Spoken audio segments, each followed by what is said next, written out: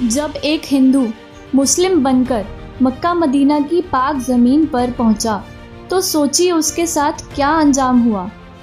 जैसा कि हम सब जानते ही हैं कि मक्का मदीना में गैर मुस्लिम व्यक्ति का जाना मना है।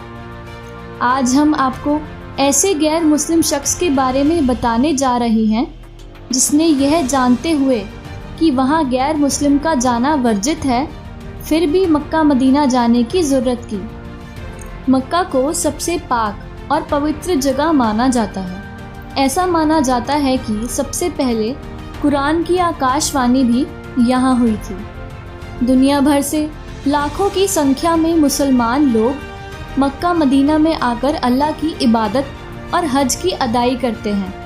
हर मुस्लिम की एक ही ख्वाहिश होती है कि वह जीवन में एक बार हज अदा कर सके और मक्का मदीना में अल्लाह की इबादत कर सके। मक्का मदीना की ज़मीन को इतना पवित्र और पाक माना जाता है कि यहाँ पर इस्लाम के अलावा कोई और धर्म के लोगों का आना सख्त मना है, यानी कि हिंदू, जैन, सिख आदि धर्म के लोग मक्का मदीना में नहीं जा सकते। जब किसी गैर मुस्लिम ने यहाँ आने की कोशिश की है, वह कभी सलामत नहीं बचा। कुछ लोगों का यह मानना है कि यहाँ पर कुछ गैर कानूनी या गलत काम होता है जो यहाँ के लोग दुनिया से छुपाते हैं, लेकिन हम आपको यह बताना चाहेंगे कि यहाँ पर सिर्फ़ और सिर्फ सच्चे दिल से और साफ मन से अल्लाह की इबादत की जाती है। आप मक्का मदीना के अंदर की वीडियोस और लाइव वीडियोस इंटरनेट और टीवी पर भी देख सकते हैं। मक्का मदीना की जनसंख्या लगभग 20 लाख के करीब है, लेकिन हर साल 3 गुना मुस्लिम यानी कि 60 लाख मुस्लिम लोग हज की यात्रा करने आते हैं। यही कारण है कि इस मुल्क के ज़्यादातर लोग हज इंडस्ट्री में ही काम करते हैं और पूरे साल हज करने आए यात्रियों की सुख सुविधाओं का ध्यान रखते हैं। लेकिन क्या आप यह जानते हैं कि इस्लाम में सबसे पवित्र मानी जाने वाली इमारत काबा है।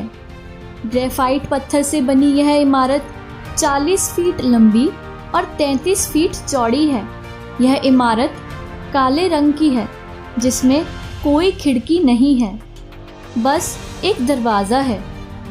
यह इमारत 1400 साल पुरानी है, परंतु मुस्लिम लोग इसे हज़रत इब्राहिम के वक्त से जुड़ा मानते हैं। दुनिया भर के मुस्लिम काबा की तरफ मुंह करके नमाज पढ़ते हैं। मक्का मदीना में किसी गैर मुस्लिम के आने की इजाज़त नहीं है, जिसके कारण लोगों के मन में जिज्ञासा और उत्सुकता पैदा होती है।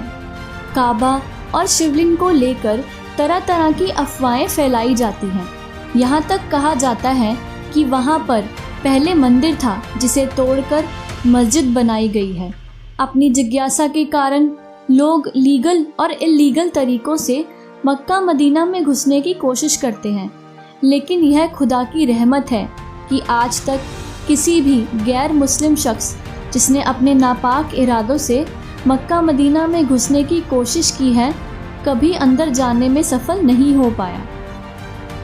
या तो उसे पुलिस ने पकड़ लिया, नहीं तो खुदा ने उससे अपने तरीके से हिसाब किया है।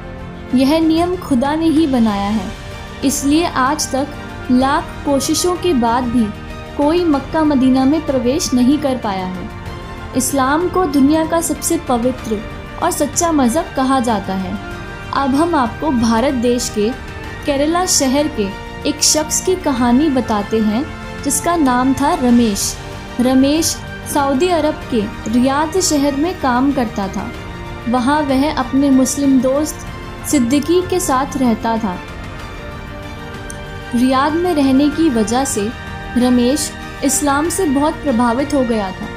वहाँ के लोग और उनका कल्चर उसे बहुत पसंद आया था।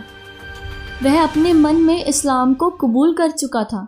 यहाँ तक कि जब रमेश वापस अपने घर केरल आया तो उसके मन में इस्लाम धर्म से मोहब्बत कम नहीं हुई और अंत में उसने फैसला कर इस्लाम धर्म कबूल कर लिया।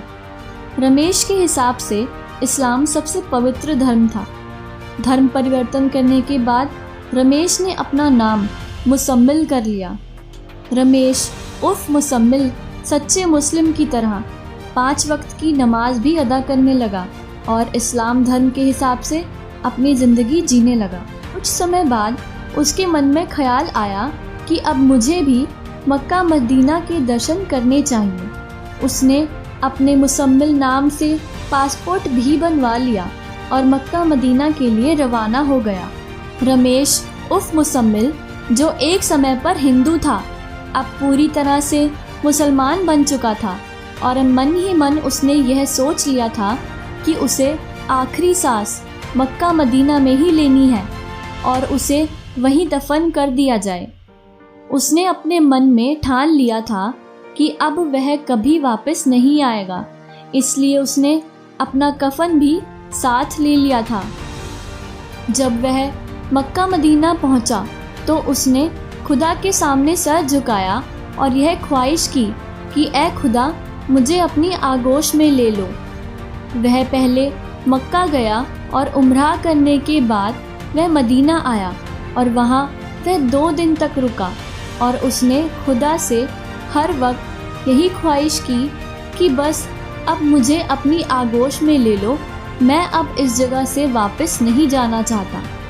आखिरकार खुदा ने उसकी यह दुआ भी कबूल कर ली और जब वह नमाज अदा करते हुए सजदे गया और कभी नहीं उठा, जिसके बाद उसे वहीं मुस्लिम रीति रिवाजों के हिसाब से दफना दिया गया।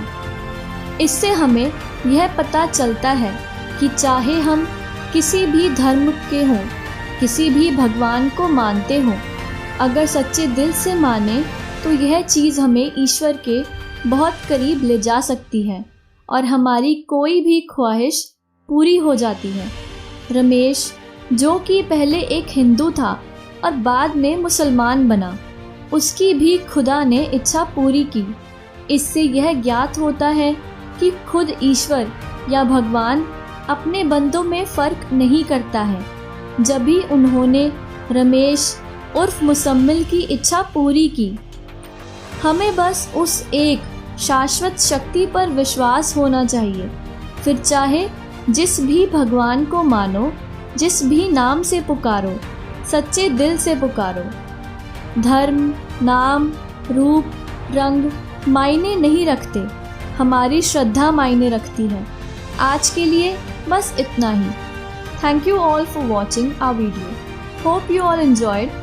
Do like, comment, share and subscribe our channel.